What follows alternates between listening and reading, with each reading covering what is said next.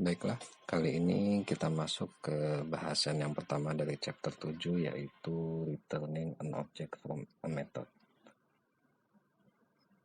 Mengembalikan objek dari sebuah metode.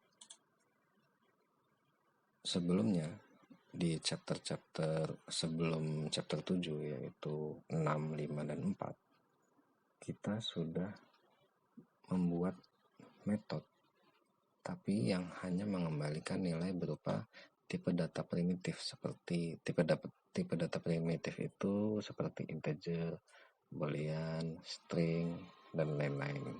Jadi kita hanya baru belajar membuat metode yang mengembalikan tipe data primitif. Contohnya, misalkan kita lihat kalau kita buka sampel program di chapter 4, ada kelas bernama bicycle. Di sini ada metode yang bernama getOwnerName. Di sini dia mereturn owner name yang tipe datanya adalah string. Jadi dia mereturn string. Ada lagi masih di chapter 4, kalau kita lihat account.java. Di sini juga ada metode yang mengembalikan nilai primitif, yaitu bernama getCurrentBalance. Dia mereturn balance yang tipe datanya adalah double, dan lain-lain ya. Jadi itu contoh dari metode yang mengembalikan nilai berupa tipe data primitif. Nah, di sini kita akan belajar bagaimana sih cara untuk membuat metode yang bisa mengembalikan nilai berupa objek. Ya. Nah, ketika kita mereturn objek dari sebuah metode, mengembalikan nilai berupa objek dari sebuah metode, sebenarnya yang di return itu bukanlah objeknya, akan tetapi reference atau alamatnya. Jadi maksudnya ketika kita mereturn objek dari sebuah metode, maka yang di return adalah alamat dari objek tersebut atau reference dari objek tersebut, bukan objeknya yang kita return gitu ya. Mari kita lihat contoh metode yang return objek. Di sini kita punya metode bernama simplify. Metode ini berfungsi untuk menyederhanakan pecahan. Kalau kita ingat, di bab sebelumnya kita ada kelas bernama fraction. Kelas ini berfungsi untuk mengelola bilangan pecahan. Silakan dibaca lagi. Nah, di bab sebelumnya kita belum bisa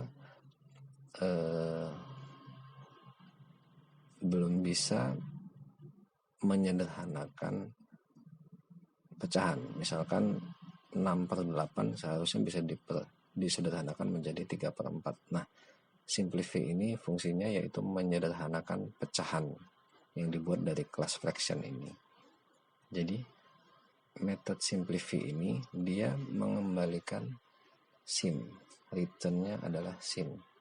Sim ini adalah objek atau instance dari kelas fraction.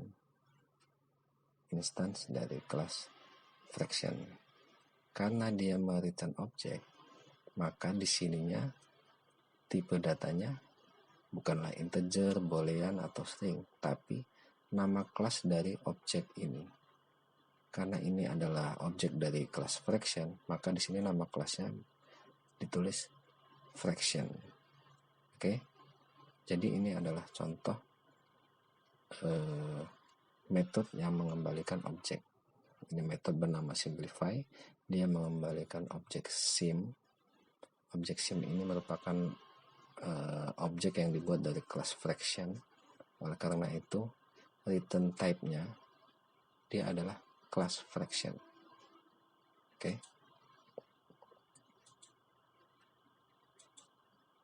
Selanjutnya Misalkan di sini kita akan panggil method simplify. Pertama, saat kita panggil F1, kita buat dua buah objek di sini. Ada F1 dan F2. F1 ini merupakan instance atau objek dari fraction, di mana nilai kelas fraction ini adalah menentukan pembilang dan penyebut ya. Ini pembilangnya 24, penyebutnya 26. Jadi F1 ini adalah 24/26. Jadi ketika ini dijalankan, maka akan dibuatkan sebuah alamat dengan nama variabelnya adalah F1 dan juga sebuah alamat yang nama variabelnya F2. F1 ini mereference dari kelas fraction, di mana numerator ini pembilangnya 24 dan denominatornya adalah 36. Jadi ini ketika sampai sini, maka ilustrasi digambarkan seperti ini. Jadi ada variabel F1 dan F2, di mana alamatnya, addressnya di sini F1 ini mereference fraction, sedangkan F2 masih kosong. Oke, selanjutnya kita masuk ke baris kedua. F2 ini dia adalah F1 dan memanggil method simplify. Ketika memanggil method simplify, maka dia akan memanggil method ini. Method ini ketika dipanggil, maka di sini method ini akan membuat objek bernama sim ya. Fraction sim, new fraction. Jadi dia membuat objek sim, di mana objek sim ini adalah mereturn dari kelas bernama fraction, di mana nilainya adalah 6/GCD. 6 ini get numerator, pembilangnya berapa, GCD adalah bilangan pembagi terbaik. Kalau bahasa Indonesianya GCD ini sudah dibahas di bab 6 sebelumnya. GCD ini bahasa Indonesianya FPB ya. Misalkan ada 24/26. Berarti FPB-nya adalah berapa ini? 24/26 berarti 24/36 ini maksudnya. FPB-nya adalah 12. Kenapa? Karena 24 dan 36 ini dibagi 12 itu menjadi paling sederhana. Jadi FPB-nya adalah 12. Jadi di sini 6-nya 24 dibagi 12 jadi 2. Denomnya 36 dibagi 12 jadi 3.